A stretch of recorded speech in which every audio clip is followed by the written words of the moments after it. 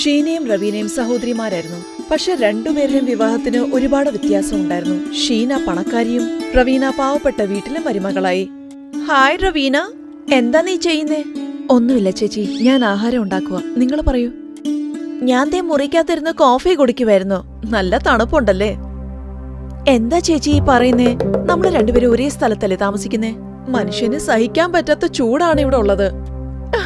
എന്റെ പൊന്നനിയത്തി, എന്റെ മുറിയിൽ AC ഓടുന്നുണ്ട്. അപ്പൊ തണുപ്പല്ല കാണൂ. ദേ വേലക്കാരി ആഹാരം ഉണ്ടാക്കുന്നുണ്ട്.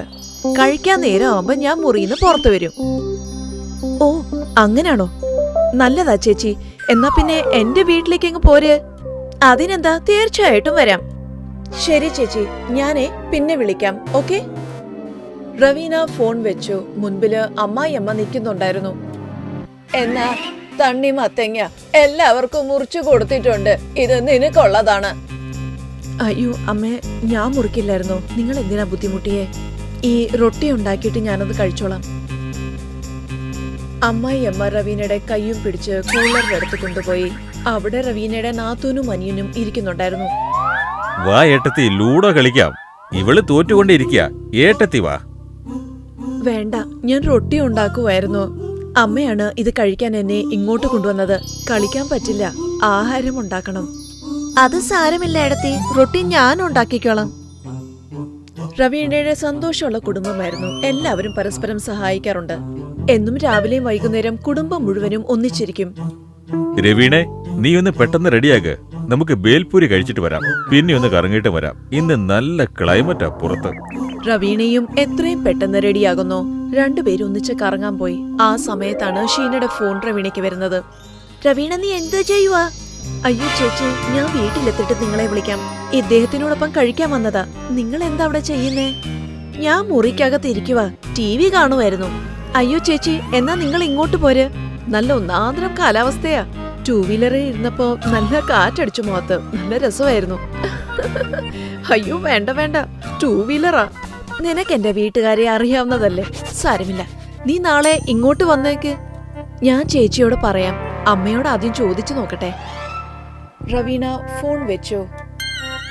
നീയും ഷീനയെ പോലെ വലിയ പണക്കാരനെ കല്യാണം കഴിക്കുമായിരുന്നെങ്കിൽ നന്നായിരുന്നുവെന്ന് വിചാരിക്കുന്നുണ്ടോ? അതിന് ഞാൻ പാവപ്പെട്ട വീട്ടിലല്ലല്ലോ.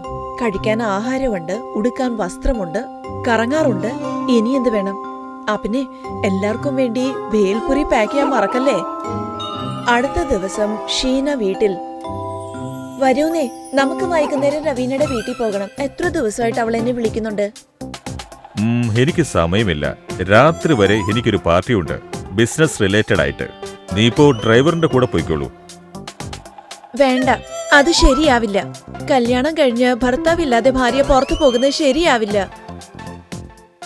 നീ എന്താ ഇങ്ങനെ മിഡിൽ ക്ലാസിനെ പോലെ സംസാരിക്കുന്നേ? നീ അമ്മയെ കണ്ടില്ലേ? സോഷ്യൽ ലൈഫ് എത്ര നന്നായിട്ട് അവർ ആസ്വദിക്കുന്നേ. എനിക്ക് വരാൻ കഴിയില്ല. എന്നാ പിന്നെ നമുക്ക് വൈകുന്നേരം കറങ്ങാൻ പോയാലോ? ഈയിടെ പുറത്ത് നല്ല കാലാവസ്ഥയാ. ഞാനിപ്പോ നിന്നോട് പറഞ്ഞല്ലേ ഉള്ളൂ പാർട്ടി ഉണ്ടെന്ന്, അതും താജില്. എന്റെ കൂടെ അങ്ങോട്ട് നീയും വരുന്നോ? വേണ്ട, എനിക്ക് താജ് പോകാൻ തോന്നുന്നില്ല. പോട്ടെ, സാരമില്ല. ഭർത്താവ് ഓഫീസിലേക്ക് പോയി. ഷീന ദിവസം മുഴുവനും ഒന്നുകിൽ TV കാണും, ഇല്ലെങ്കിൽ അവളുടെ മൊബൈൽ. വീട്ടുകാരോടൊപ്പം ചെന്ന് ഒന്നിരുന്നാലോ എന്ന് അവൾ ആലോചിച്ചു.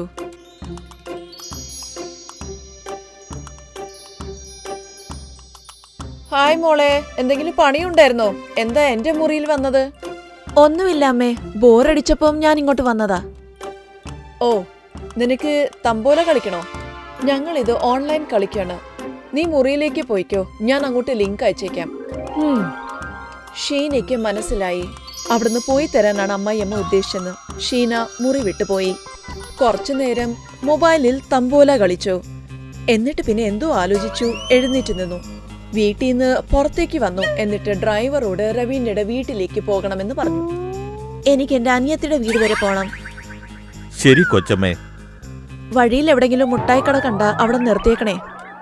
ഷീന മുട്ടായി കടയിൽ കയറിപ്പോയി. എന്നിട്ട് ഏറ്റവും നല്ല മുട്ടായി ഒന്നൊന്നായി വാങ്ങി. ഷീന റവീനയുടെ വീട്ടിൽ പോയി നോക്കിയപ്പം കുടുംബം മുഴുവനും ഒന്നിച്ചിരിക്കുന്നതാ കണ്ടത്. ഇതാര്? ഷീന മോളോ? വാ, അകത്തേക്ക് വാ. എന്തിനാ പുറത്ത് നിൽക്കുന്നേ? നമസ്കാരം അമ്മേ. എന്തിയേ റവീന? റവീന ഇവിടെ തന്നെ ഉണ്ടായിരുന്നു. അറിഞ്ഞുടാ, മോനെ റോഹൻ, റവീന എവിടാന്നൊന്ന് നോക്കിക്കേ. അമ്മേ, അമ്മ ഏട്ടത്തിക്ക് തുണി കൊടുത്ത് വിട്ടില്ലേ? അത് വെക്കാൻ വേണ്ടി റൂമിലേക്ക് പോയിട്ടുണ്ടാകും. ഏടത്തെ ഞാൻ വിളിച്ചോണ്ട് വരാം. അയ്യോ വേണ്ട, ഞാൻ തന്നെ അങ്ങോട്ട് പോയേക്കാം.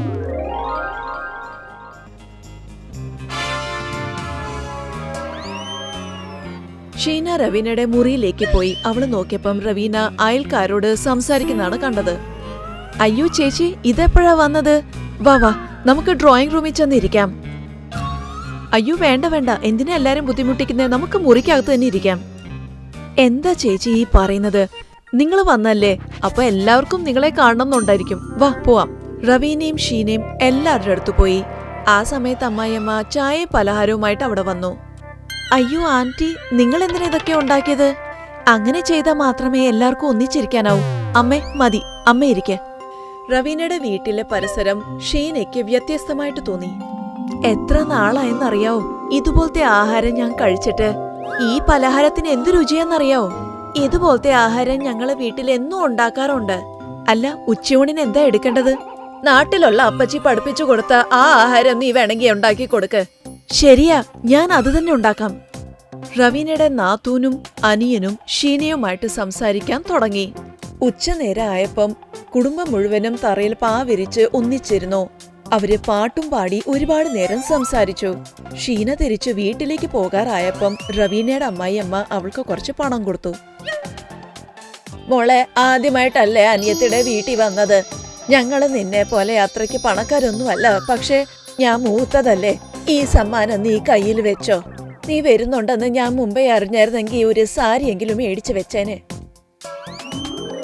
ഷീന റവീനയുടെ അമ്മായിയമ്മയുടെ കാല് തൊട്ടു. എന്നിട്ട് കണ്ണു നിറഞ്ഞ് അവള് പറഞ്ഞു, എനിക്ക് സ്വത്തുള്ളതുകൊണ്ട് ഞാൻ പണക്കാരിയാ. പക്ഷെ റവീന പണക്കാരിയായത് അവളുടെ ബന്ധുക്കൾ കാരണമാ. ജീവിതത്തിൽ സന്തോഷവും സമാധാനവും ഉള്ളത് എല്ലാവരും ഒന്നിച്ചുള്ളപ്പോഴാണ്. പണം ഉണ്ടായിട്ട് കാര്യമില്ല. ഷീന അവിടുന്ന് വീട്ടിലേക്ക് പോയി. എന്നിട്ട് റവീന അമ്മായിയമ്മയെ നോക്കി ഒന്ന് പുഞ്ചിരിച്ചു.